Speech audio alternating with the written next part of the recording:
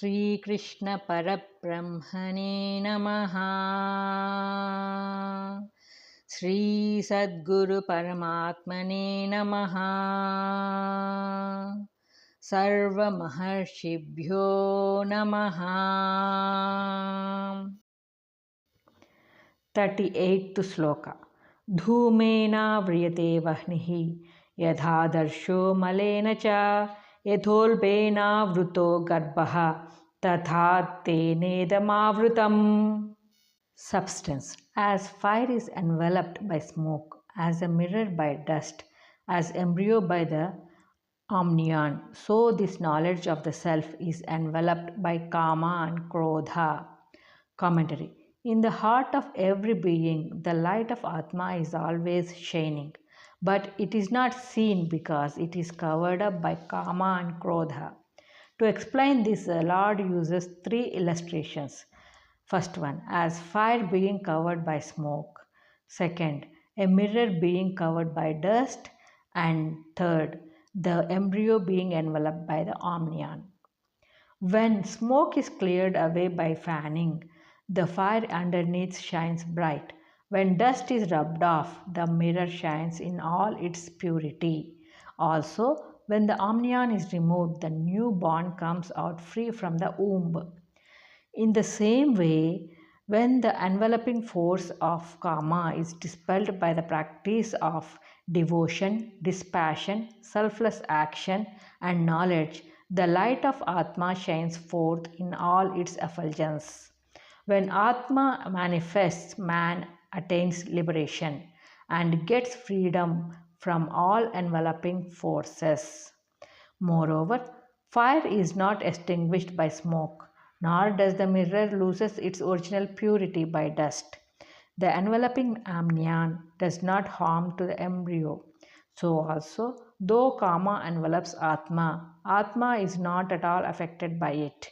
Thus, even in the state of ignorance, Atma is there in all its original purity. It is never touched or transformed or acted upon by anything. It remains in its own pristine purity. As it is covered up, it does not manifest its light. That is all. When the covering is taken off, it shines forth as it is. There is no change in Atma. Knowledge simply means our being conscious of the purity of Atma. Atma is there even when you do not know it. One's ignorance or knowledge of Atma does not make any difference in its existence, for it exists by its own right, unconditioned by time, place, and causation. If a man changes his dress, does it make any difference in the body itself? No. The change is in the dress and not in the body. Looking at a landscape through a hole, no one can see only a part of it.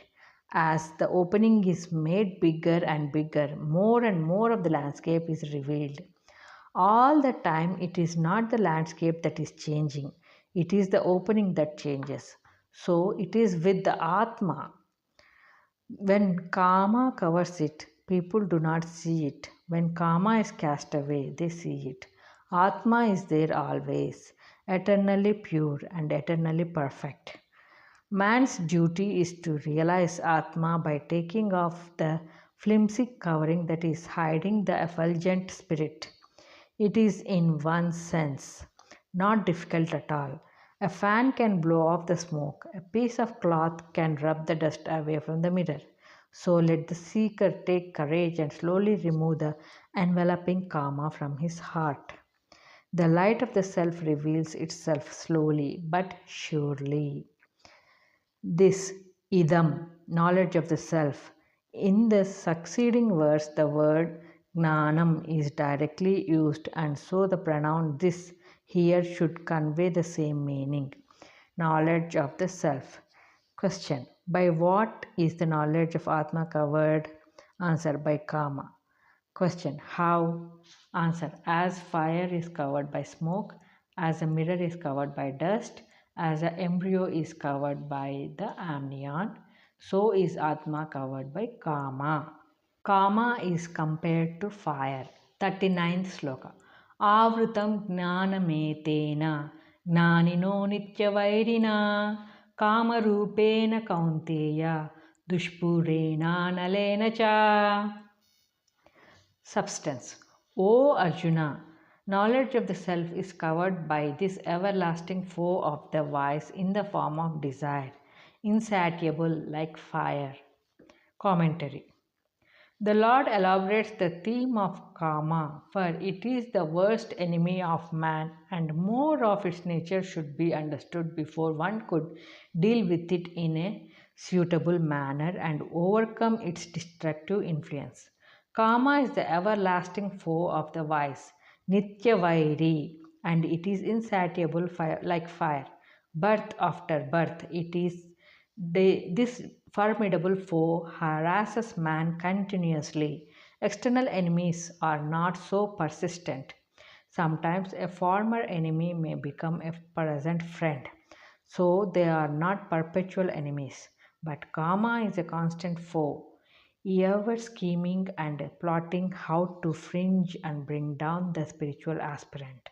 Highly learned scholars, kings, and heroes, the gods of the different worlds, are struck down by karma at one time or another. Even highly advanced spiritual seekers, if they are not careful for a minute, are trapped by karma and lose their freedom. Though its external manifestations are checked by conscious efforts, yet it remains in a seed form in the heart and comes out when there is a suitable opportunity. So the seeker should be vigilant and with firm determination should strike down the enemy whenever he lifts his head in any form whatsoever. Insatiable like the fire means, like fire, karma can never be appeased. Any amount of fuel may be thrown into fire, yet we do not find the fire crying enough. Such is karma. Enjoyments do not reduce the power of karma. On the other hand, it becomes stronger and stronger after every pleasure offered to appease it. It is already described as all devouring. Mahashana. The attempt to fill karma is as futile as to draw water from a river in a sieve. The word anolina says enough. However much you may feed it with fuel. Such is karma, and like fire, it burns anyone who touches it. So, the policy of appeasement should be given up, and the total war should be declared against the enemy. Everlasting foe of the wise means to the spiritual aspirant who is striving to know the truth. Karma is the immediate and most dangerous foe. When one is awakened from the dream of desire, followed by enjoyment, and enjoyment, followed by further desire, he tries to progress towards truth, then he would understand how karma had enslaved him, how bitter and short lived its pleasures were, and how hard and long should be the struggle to destroy this subtle enemy whom feel and entertained. He fed and entertained as the ruling principle of his life through a series of births. Question. By what is the knowledge of self covered? Answer. By karma. Question. What is its nature? Answer. It is the constant foe of the wise and all consuming and insatiable like fire. The origin and source of karma is explained. 40th sloka. Indriyani manobuddhi asyadhishtanamuchyate etairvimohayatyesha gnanamavritya dehinam. Substance. Senses, the mind and the intellect are the seat of karma. Functioning through them, this karma deluded the embodied by veiling the wisdom. Commentary. When a person wants to destroy an enemy, he must first of all know what his stronghold is and from which place he is attacking him. The stronghold of karma is the senses, like mind and the intellect. With these under his power, karma veils the knowledge of self and deludes mankind by attachment to the body and the material world. So, the first step for the seeker is to bring the senses under his own control by driving out karma from its stronghold. Then the mind becomes pure and the discriminative intellect clear. When karma is thus driven out of its hiding place and feeding ground, it becomes weak and gradually dies for want of sustenance. Question.